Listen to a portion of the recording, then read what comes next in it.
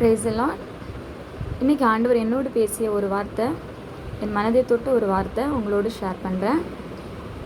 யோபு 42:10 பார்த்தீங்கன்னா, யோபு தம் நண்பர்களுக்காக மன்றாடின பிறகு ஆண்டவர் செல்வங்களை எல்லாம் மீண்டும் நல்கினார். மேலும் அவர் யோபுக்கு இருந்தனவற்றை எல்லாம் 2 மடங்கு ஆக்கினார். யோபு அப்படின்ற ஒரு செல்வந்தர் இருந்தார். அவர் பார்த்திங்கன்னா பயங்கர ஒரு வசதியான ஒரு மனிதர். எல்லா செல்வங்களும் இருந்தது. நிலபுலன்கள், அதாவது கால்நடைகள், குழந்தைகள், மனைவி, அப்படி ரொம்ப சந்தோஷமாக வாழ்ந்த ஒரு மனிதர். ஆண்டவர் எப்போவுமே போற்றி புகழ்ந்து கொண்டிருக்கக்கூடிய ஒரு மனிதர். ஆண்டவர் மேலே மிகுந்த நம்பிக்கை, பக்தி உள்ள ஒரு மனிதர். அப்போ சாத்தா ஒரு நாள் ஆண்டவர்கிட்ட போய் சொல்லிச்சு, நீ எல்லாமே யோபுக்கு கொடுத்துருக்கிறதுனால தான் யோபு உங்களை எப்போ பார்த்தாலும் ஆராதிக்கிறாரு, புகழ்கிறாரு அப்படின்னு. நீங்கள் எதுவுமே அவருக்கு கொடுக்கலன்னா அவர் அப்படி இருக்க மாட்டார் அப்படின்னு ஆண்டவர் சொல்லுவார். இல்லை, எதுவுமே இல்லைனாலும் யோபு என் மேலே மிகுந்த அன்பு வச்சுருக்கா அப்படின்னு சொல்லிட்டு ஆண்டவர் சொல்லுவார்.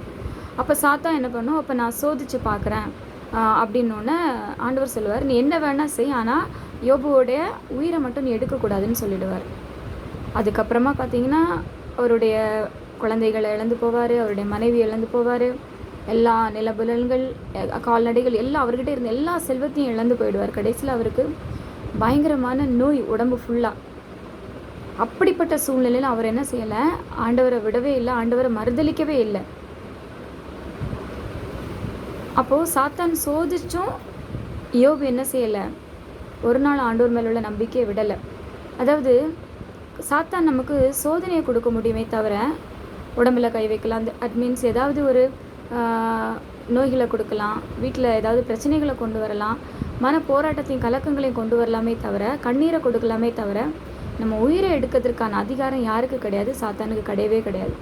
ஸோ அப்போ எவ்வளோ கஷ்டங்கள் வந்தாலும் மிகுந்த மன உறுதியோடு நம்ம என்ன செய்யணும்னா, ஆண்டவர் மேலே ஒரு நம்பிக்கையாக இருக்கும்போது ஆண்டவர் என்ன செய்வார் அப்படின்னா, இழந்து போன எல்லா ஆசீர்வாதங்களையும் ரெட்டிப்பாக நமக்கு தருவார்.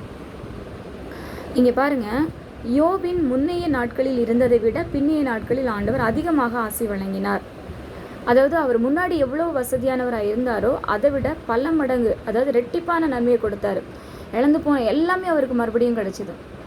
ஆடு மாடுகள், மனைவி, குழந்தைகள், நிலபுலன்கள் எல்லாமே. அப்போ ஆண்டவர் மேலே நம்பிக்கையாக இருக்கும்போது நமக்கு எல்லாமே கிடைக்கும். ஸோ அதனால் எப்போ சோதனைகள் வந்தாலும் நம்ம என்ன செய்யக்கூடாது, தோண்டு போயிடக்கூடாது. உன்னால் எதுவுமே என்ன செய்ய முடியாது. ஏன்னா என் கூட இருக்கிறது யார், என்னோட அப்பா, என்னுடைய கடவுள். அவர் இருக்கும்போது உன்னால் என்ன எதுவுமே செய்ய முடியாது அப்படின்ற விசுவாசத்தோடு மட்டும் நம்ம இருந்தோன்னா கண்டிப்பாக நம்ம ஆண்டவருடைய ஆசீர்வாதத்தோடு வெற்றி பெறலாம்.